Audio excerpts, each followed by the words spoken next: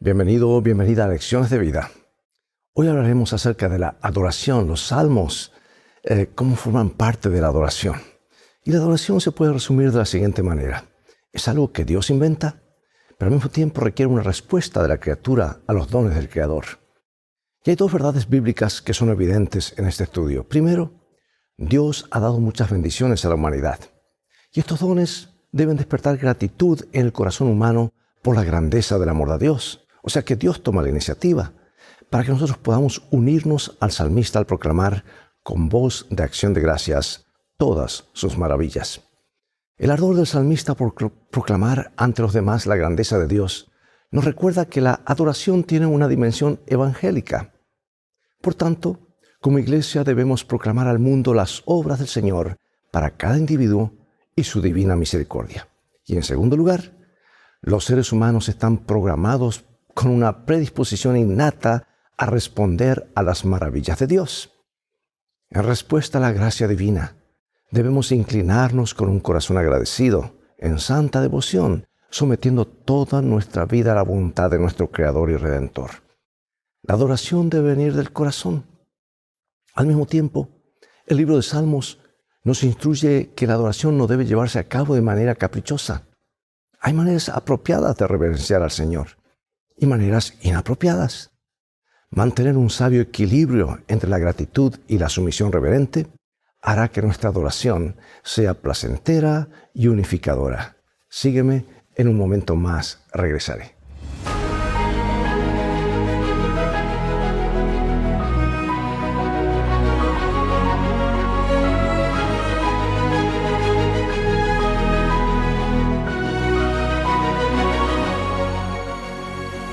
Leo de la palabra de Dios. A Jehová cantaré en mi vida, a mi Dios cantaré salmos mientras viva. Y a medida que aumenta nuestra experiencia de la gracia y del poder de Dios, nos sentimos impulsados a preguntar junto con el salmista, ¿qué pagaré al Señor por todos sus beneficios hacia mí? Y la respuesta inevitable es dedicar la vida a ser fiel a Dios. En Salmos, Israel no es simplemente una nación, sino la gran congregación. Y esto revela la vocación primordial de Israel de alabar a Dios y dar testimonio de Él a las demás naciones, porque el Señor anhela que todo el mundo se una a su pueblo en la adoración. El pueblo del Señor se identifica con los justos, aquellos que adoran al Señor y cuya esperanza está en Él y en su amor. Alabar al Señor en la congregación se percibe como el culto ideal.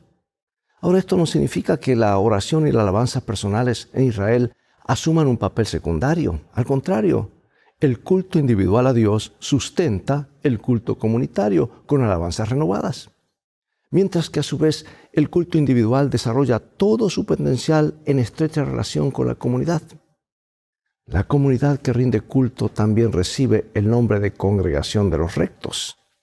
Los rectos conocen a Dios. Dios los conoce a ellos. Y esta experiencia permea todos los aspectos de su existencia. Veamos ahora el Salmo 134. ¿Dónde se ofrece aquí la adoración? ¿Y cuál es el resultado de la adoración al Señor? Mirad, bendecid a Jehová, vosotros todos los siervos de Jehová, los que en la casa de Jehová estáis por las noches. Alzad vuestras manos al santuario y bendecid a Jehová. Desde Sión te bendiga Jehová, el cual ha hecho los cielos y la tierra. Este salmo recuerda la bendición sacerdotal arónica de número 6, ¿verdad? Y destaca la bendición como principio subyacente y el resultado de la relación entre Dios e Israel. El pueblo bendice a Dios en el santuario y Dios bendice a su pueblo desde Sión. Las bendiciones se extienden a toda la vida porque el Señor es el creador del cielo y de la tierra. La mención de Sión como lugar de bendiciones divinas, bendiciones especiales, hace hincapié en el versículo del pacto entre el Señor y su pueblo. Y de esta manera, es en el marco del pacto de la gracia que Israel ejerce el privilegio de bendecir al Señor y que el Señor lo bendiga a él. Ahora, a menudo los salmos describen a los adoradores como siervos del Señor.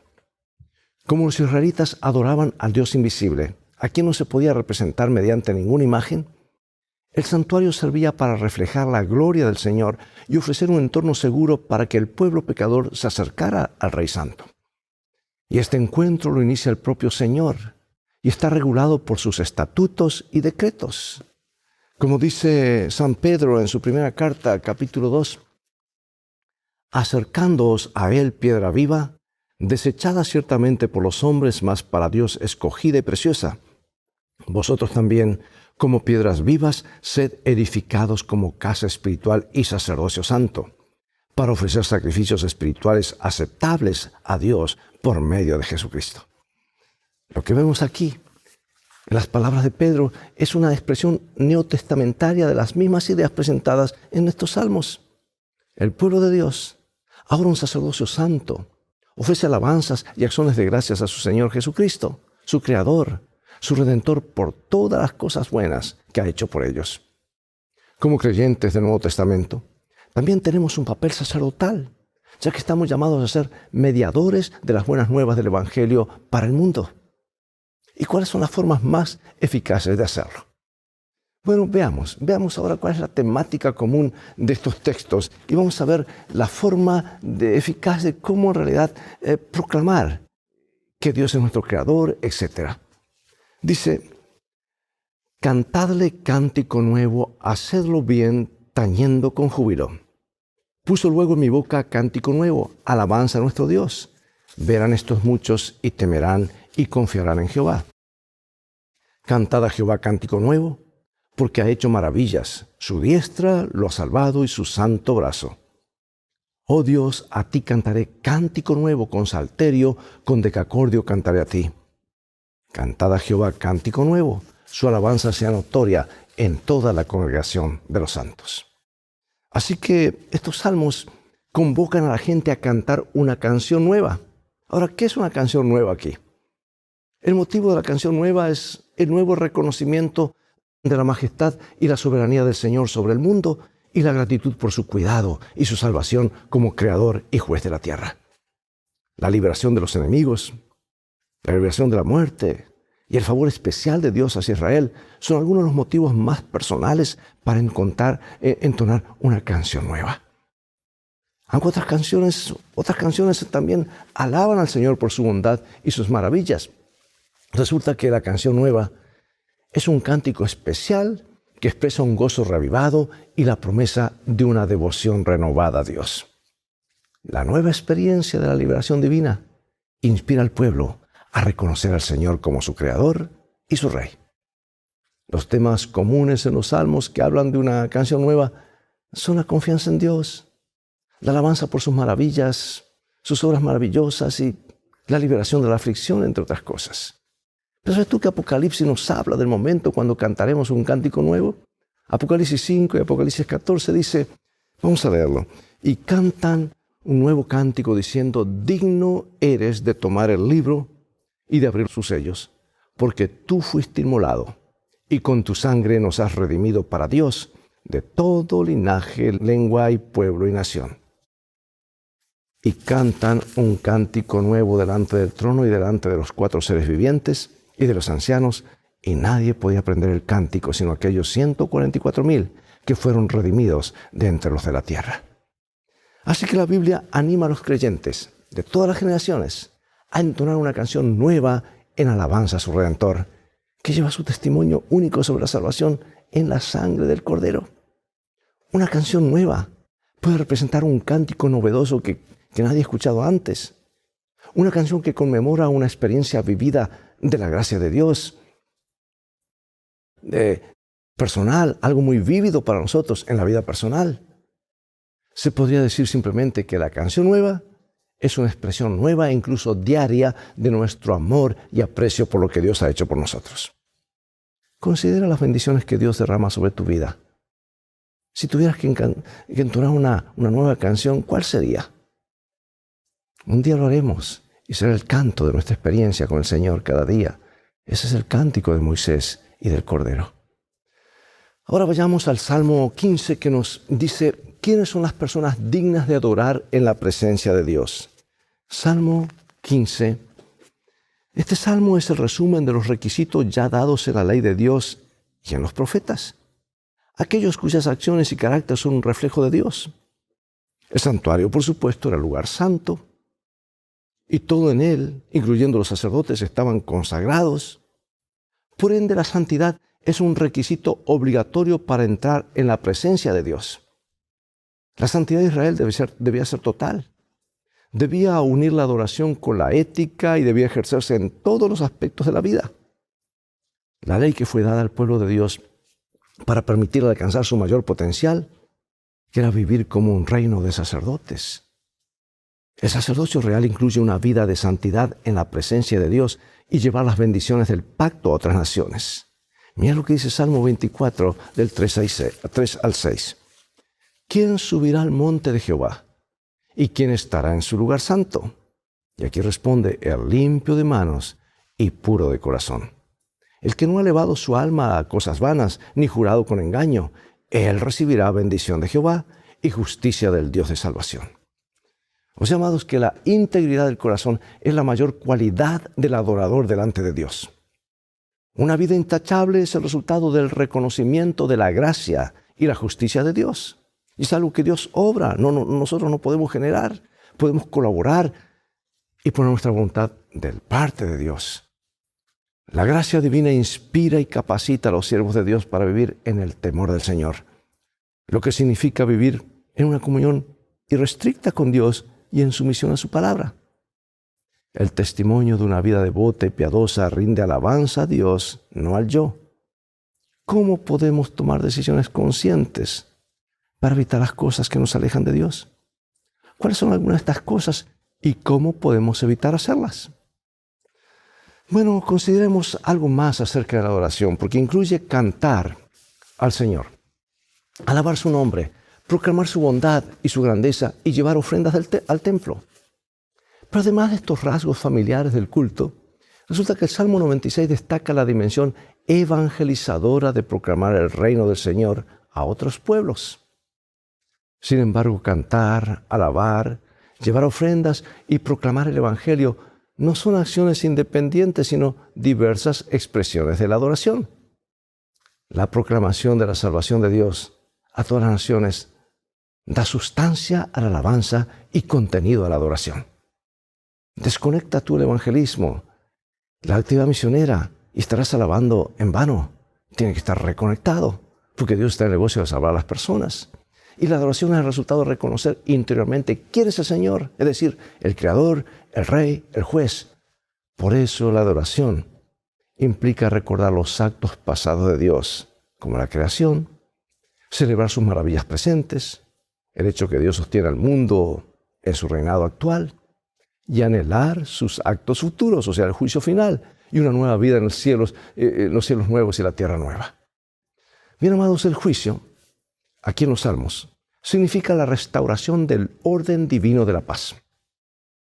La justicia y el bienestar en un mundo actualmente agobiado por la injusticia y el sufrimiento es restaurar el orden divino de la paz.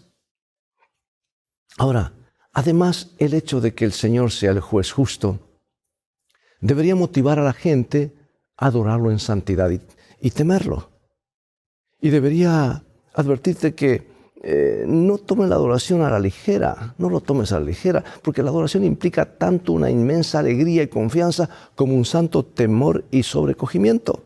Estamos adorando al Dios creador del universo. Aún los ángeles se postran ante Él.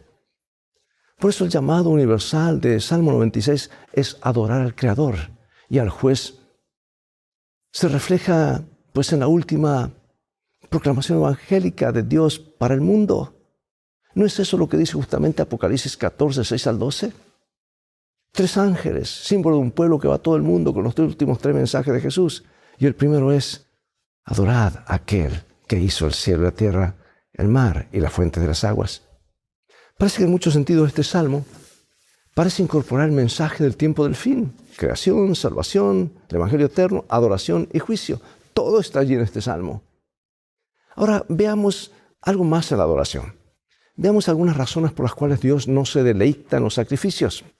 Vamos a Salmo 40, luego 50 y 51. Sacrificio y ofrenda no te agrada.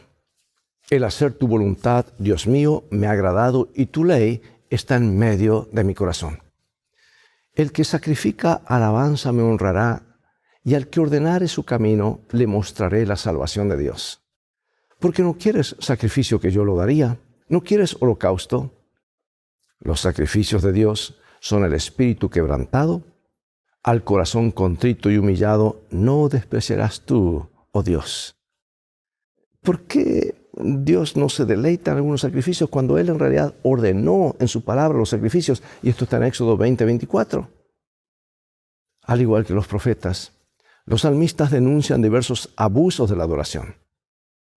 Su principal argumento en estos versículos no es la aversión del Señor por los sacrificios y las fiestas de Israel, sino las razones de esa repugnancia son que es la fatal distancia entre la adoración y la espiritualidad. Dios no está reprendiendo a su pueblo por los sacrificios y los holocaustos, sino por su maldad y los actos de injusticia que habían cometido en su vida personal.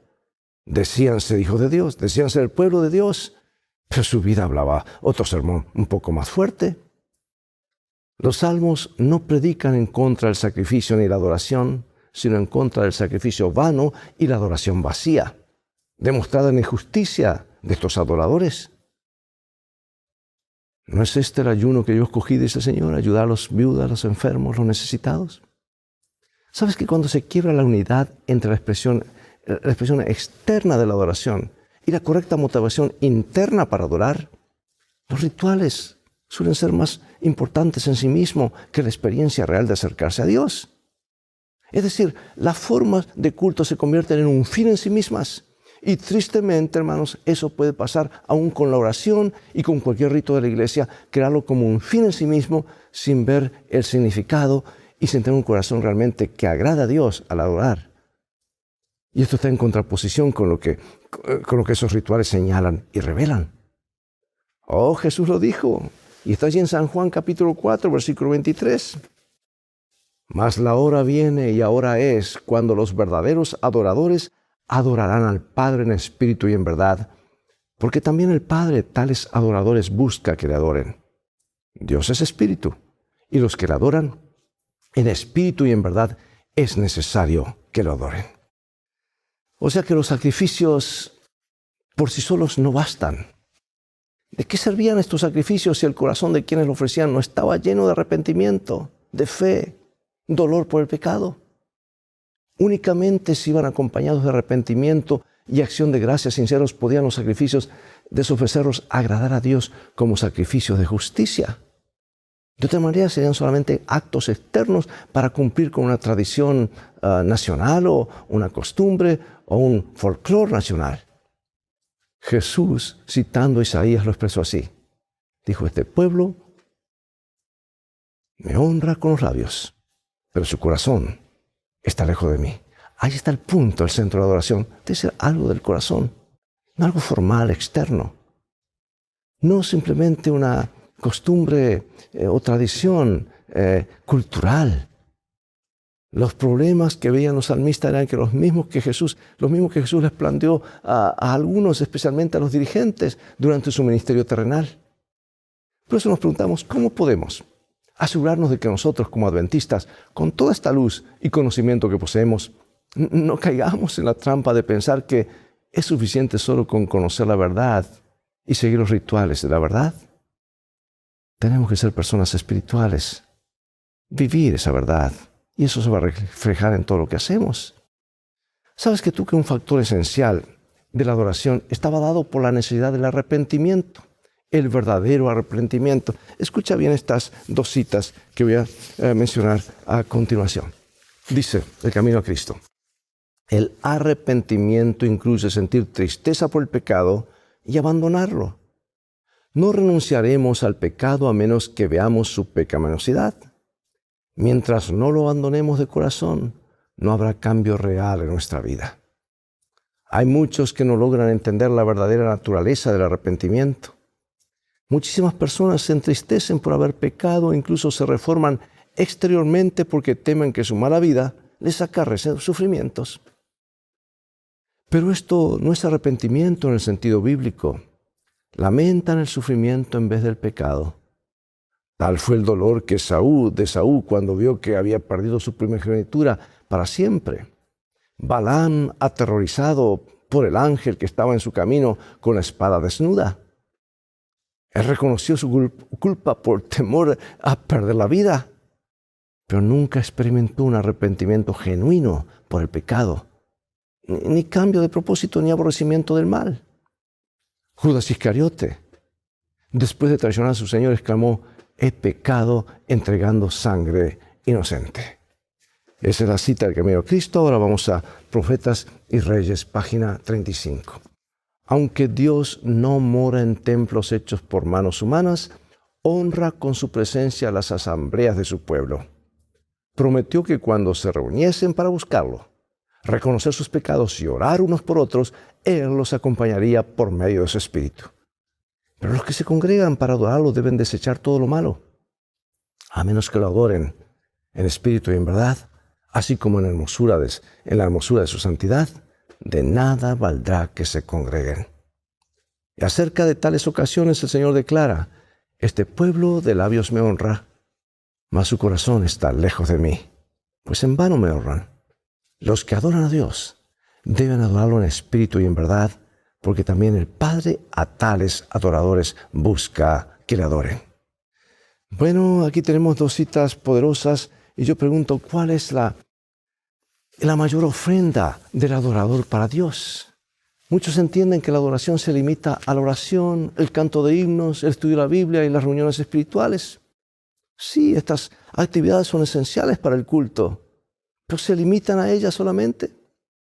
Mira lo que escribió Ellen G. White. Él escribió, dice: no deberíamos considerar que servirlo es un ejercicio penoso que entristece el corazón. Debería ser un placer adorar al Señor y participar en su obra.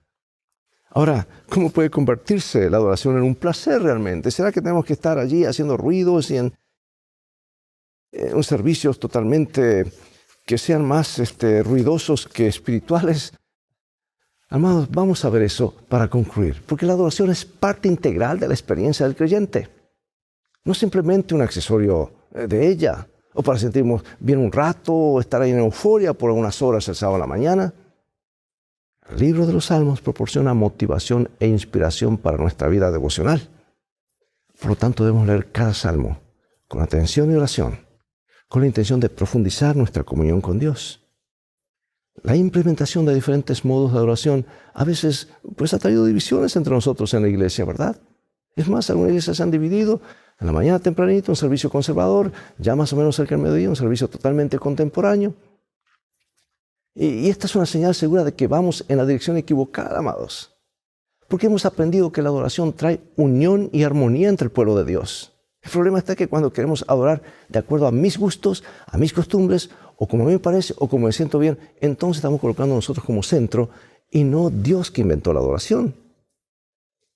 Cuando existe un espíritu y una intención de armonía en nuestro servicio de oración, los adoradores salen de la experiencia sintiéndose bendecidos por ella. Por eso es tan importante lograr y mantener este equilibrio de armonía. Debemos esforzarnos por lograrlo en cada área de nuestro servicio de oración, como se describe en nuestro estudio. Y aquí quiero hacer una pausa. Déjame preguntarte, ¿habrá diferentes tipos de adoración, contemporánea, conservador? ¿Qué clase de adoración habrá en el cielo? ¿Lo que a mí me guste? ¿O será lo que Dios inventó, lo que Dios creó? Porque la adoración la origina Dios. ¿Habrá solamente un estilo de adoración? Por eso es importante seguir las indicaciones bíblicas de cómo adorar a Dios. Con humildad de espíritu, estemos preparados para unirnos a nuestros compañeros miembros de la iglesia en una adoración armoniosa a nuestro Creador, porque Él espera lo mismo de nosotros. Oremos. Padre Celestial, qué privilegio adorarte. Adorarte, oh Dios, y adorar a tu Hijo.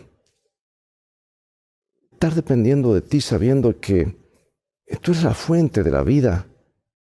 Gracias por ese privilegio que nos das. El mayor honor de un ser humano es adorar a su Creador. Y queremos adorarte como tú dices, en tu día, de la manera que tú pides. No la manera como hizo, Caín, sino adorando como tú le indicaste a Abel. Eso hace la diferencia. Queremos, oh Señor, expresar nuestra fe en el Cordero de Dios, que muere por nosotros. será quien adoraremos por la eternidad. Por eso, Padre, perdona si hasta aquí hemos tomado las cosas en nuestras manos, queriendo adorar a nuestra manera, pensando que esa es la manera más atractiva, o queriendo llegar a otras personas cuando nos olvidamos preguntarte qué quiere el Señor, cuál es su voluntad, qué ha revelado. Gracias por darnos esta revelación en tu palabra y en el Espíritu de profecía.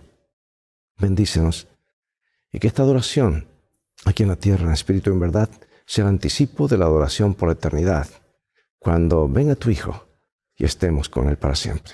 En el nombre de Jesús oramos. Amén. Bien, amigos, es hora de despedirnos. Llegó el momento de que se nos acabó el tiempo y ahora será hasta el próximo programa de Lecciones de Vida. Invita a otros a sintonizar este canal y transfórmate tú mismo en un canal de bendiciones. Mientras tanto, Dios te bendiga y te guarde. Y recuerda, tú vales mucho para Jesús. Él te ama más de lo que puedes imaginar.